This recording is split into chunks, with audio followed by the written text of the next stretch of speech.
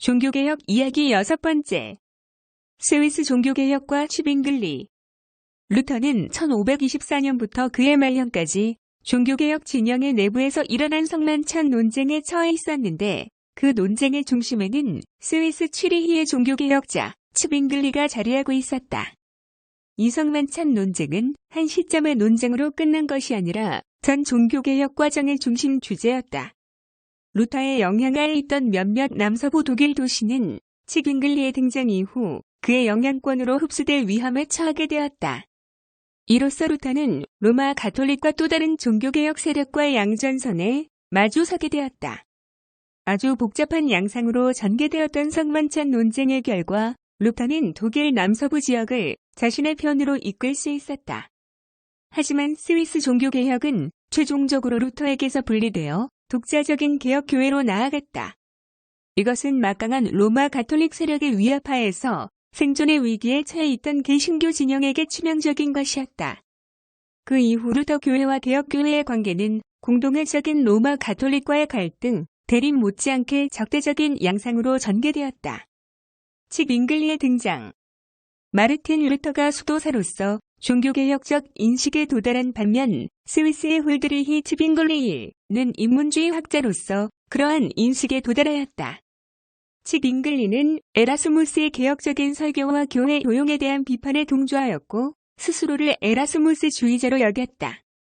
그는 1518년 12월 취리히의 그로스민스터 성당의 사제가 되었다.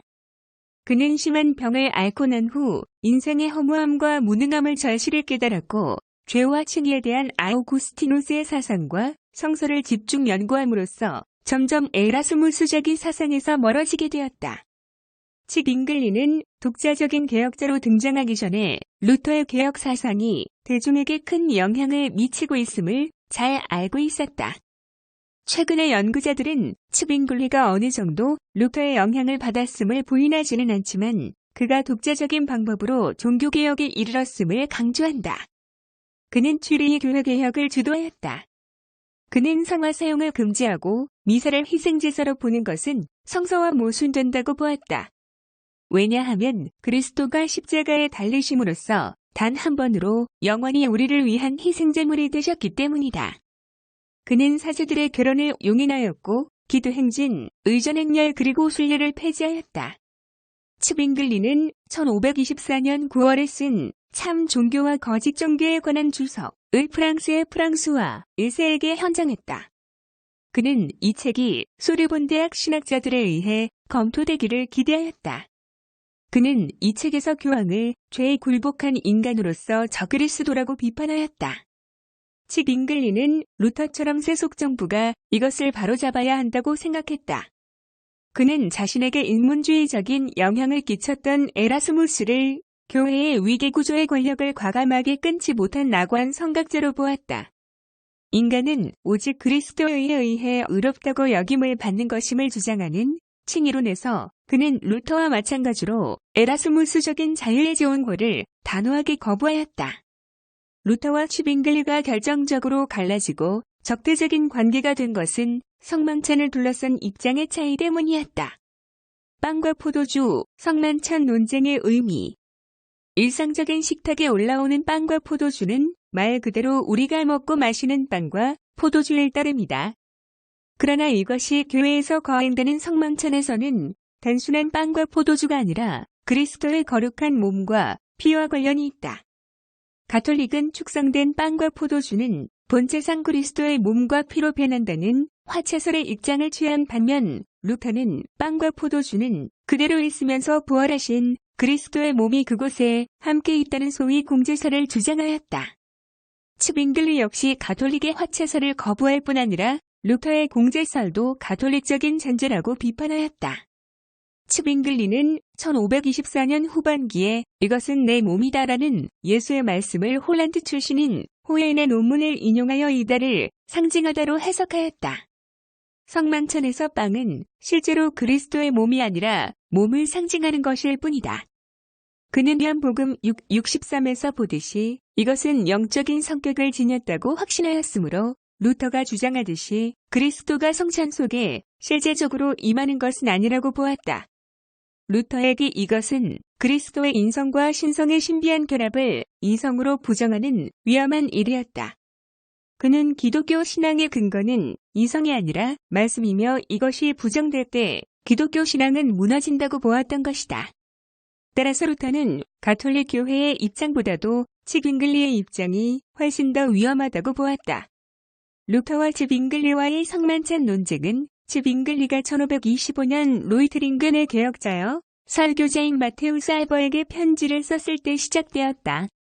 알버는 로이트링겐의 개혁을 위해 제국정부와 영주인 페르디난트에게 용감하게 저항하여 유명해졌고 루터를 옹호하여 칩잉글리의 논쟁 상대자로 자청하고 나섰다. 그러나 사실 칩잉글리는 루터가 목표였지만 아직 직접적으로 공격할 수가 없었다. 칼슈타트와 이미 논쟁을 벌인 루터 역시 또다시 성만찬 논쟁을 벌이고 싶지 않았다. 그 때문에 슈바베는 신학자들이 요한네스 브렌츠의 지휘하에 칩잉글리와 그의 추종자인 웰코람파드와 논쟁을 벌이는 것을 관망하였다. 브렌츠는 루터의 입장을 적극적으로 옹호하였다. 루터는 슈바벤 신학자들의 이러한 입장을 환영하며 1526년 가을에는 관망하던 자세에서 벗어나 직접 논쟁 속에 뛰어들었다. 그는 그리스도의 몸과 피의 성예전에 관한 설교, 열광주의 반박이란 글을 통해 기존의 자신의 입장을 다시 한번 반복하였다. 이에 대해 칩잉글리는 친절한 해석이란 글을 통해 루터의 입장을 반박하였다. 그는 성서적으로도 경험적으로도 이성적으로도 부활하여 하나님 우편에 앉아 계신 그리스도가 성만찬에 실제로 임재한다는 것은 타당하지 않다고 주장하였다. 이에 대해 루터는 부활하신 그리스도는 특정한 장소에 매임이 없이 모든 곳에 편재하시는 분이며 그리스도의 신성과 인성은 분리될 수 없다고 재차 반박하였다. 성만찬 논쟁은 결국 1529년 마르부르크 종교평화회담으로 이어졌다. 이 회담은 헤센의 필립 공이 루터와 칩잉글리와 그들의 동료들을 초청하여 성사되었다. 이러한 회담이 열리기까지는 신학적인 이유뿐만이 아니라 정치적인 동기도 있었다.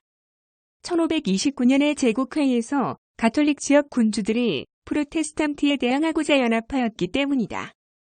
가톨릭 연합에 대응하여 프로테스탄트 선제회와 14개의 도시들이 연합하였다. 이들은 헤센의 필립 공의 뜻을 따라 스위스 지역도 포함하는 정치적인 동맹을 결성해야 했다. 이를 위해 먼저 신학적인 이견이 있는 성만찬 문제에 대한 일치가 필요했다. 마르부르크에서 종교평화회담은 정치적인 동맹 결성을 위해 신학적인 걸림돌을 제거하기 위한 사전 조치였던 것이다. 여기에서 작성된 마르부르크 조항은 다양한 해석의 가능성만 남긴 채 봉합된 것으로 결코 합의신조라고 부를 수 없다. 많은 공통점이 있음에도 불구하고 루터는 칩잉글리의 추종자들을 그리스도의 형제이자 한 몸으로 인정하기를 거부하였다. 마르부르크 종교회담이 있은 지 3개월이 지난 후 마르틴 부처가 활약하던 슈트라스부르크는 츄리히, 바젤 그리고 베른과 보호동맹을 체결하였다. 루터는 이러한 동맹 결성을 신성로마 제국으로부터 이탈한 행위로 보았고 결국 칩잉글리의 추종자들이란 반란 세력에 불과하다는 자신의 심증을 확인시킨 것으로 보았다. 1531년 10월 스위스에서 벌어진 제2차 카페일 전쟁에서 칩잉글리와 웰코람파트가 죽자 루터는 토머스 윈처에게 내렸던 하나님의 심판이 그들에게 임했다고 믿었다. 그러나 칩잉글리의 종교개혁은 스위스 북부와 서부로 점점 확대되었다. 그의 사망 후 1536년 후계자인 하인리히 블링거가에 의해 스위스 개혁교회 첫 신앙 고백이 작성됨으로써 개혁은 더욱 공고해졌다.